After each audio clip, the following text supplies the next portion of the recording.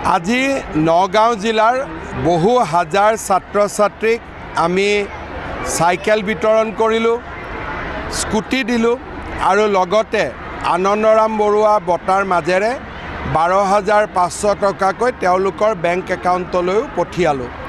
সমগ্ৰ ৰাজ্যখনত এই বিকাশৰ 12 দিনে 20 লাখতকৈও অধিক লোকক উপকৃত কৰিব আৰু প্ৰতিখন জিলাতে আমাৰ মন্ত্ৰীসকল গৈছে, কৰবাত ময়ো গৈছোঁ আৰু আমি সকলোৱে লগ লাগি অসমৰ জনসাধাৰণৰ মাজত এটা উৎসাহ আৰু উদ্দীপনাৰ পৰিৱেশ এটা সৃষ্টি কৰিব খুজিছোঁ। নতুন বছৰটো যাতে সকলোৰে কাৰণে ভাল হয়, আমি এটা নতুন সংকল্পৰ পথেৰে আগুৱাই যাবলৈ প্ৰচেষ্টা কৰিছোঁ।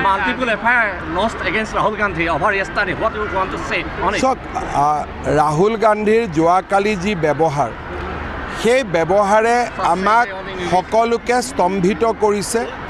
এজন এমপিয়ে এজন বয়োজ্যেষ্ঠ এমপিক ঠেলা মাৰা, নাগালেণ্ডৰ আমাৰ মহিলা সাংসদক শাৰীৰিকভাৱে অপদস্থ কৰা, এই যিবিলাক ঘটনা যোৱাকালি আমি শুনিছোঁ, সেইবিলাক নোহোৱা নোপোজা ঘটনা। আমি আমাৰ জীৱনত কেতিয়াও এনেকুৱা দেখাও নাছিলোঁ, শুনাও নাছিলোঁ। মই ভাবোঁ যে ৰাহুল গান্ধীৰ আচল চৰিত্ৰ মইতো আগতেই জানো তেওঁৰ চৰিত্ৰ, এতিয়া তেওঁৰ চৰিত্ৰ ৰাইজৰ সন্মুখলৈও আহিছে আৰু ৰাইজে লাহে লাহে বুজি পাব যে এনেকুৱা নেতাই আমাৰ দেশলৈ খালি অন্ধকাৰ নমাই আনিব। তেওঁলোকে ক'তো আমাক আশা নেদেখুৱাই, পোহৰ নেদেখুৱাই সমাজখনক বিভক্ত কৰিব, সমাজখনক অন্যায় কৰিব।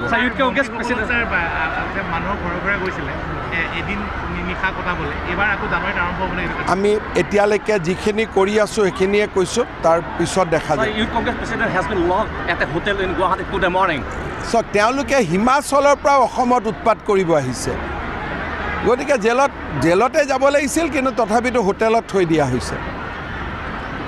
বেলেগ ষ্টেটত হ'লেতো জেলত দি দিলেহেঁতেন, কিন্তু অসম মৰমীয়াল ৰাজ্যৰ কাৰণে হোটেলতে ৰাখি থোৱা হৈছে। চাওক, ভূপেন বৰাই হওক, ৰিপুণ বৰাই হওক বা কংগ্ৰেছৰ যোনেই নহওক কিয়, তেওঁলোকে যোৱা কেইদিনমানৰ পৰা গুৱাহাটীত এটা গুলীচালনা হোৱাটো বিচাৰি আছে। কংগ্ৰেছৰ 2-3জন নেতাৰ মাজত কোনে ডাঙৰ নেতা হ'ব তাৰ প্ৰতিযোগিতা চলিছে আৰু সেই প্ৰতিযোগিতাখনত গুৱাহাটীৰ মানুহক তেওঁলোকে পণবন্দী কৰি আছে। কাৰণ ফায়াৰিং কৰাৰ পিছত সেই ফায়াৰিংটোতো কংগ্ৰেছৰ গাতো পৰিব পাৰে, বিজেপিৰ গাতো পৰিব পাৰে। যোৱাকালিৰ পৰা তেওঁলোকে চেষ্টা চলাইছে, অমুকত যাম, অমুক ভাঙিম, গেট ভাঙিম, কি কাৰণে নাজানো। আমিও কংগ্ৰেছ কৰিছোঁ, কেতিয়াও পলিটিকেল পাৰ্টি আন্দোলনকাৰী নহয়।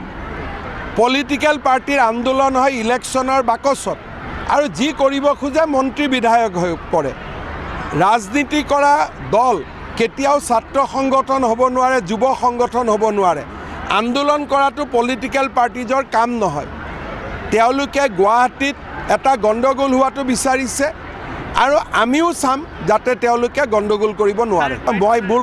তাত মোৰ ক'বলগীয়া একো নাই, এইটো তেওঁলোকে জানে। বেমাৰ আছিল নাছিল এইবিলাক বিষয়ে মই মন্তব্য দিব নোখোজোঁ।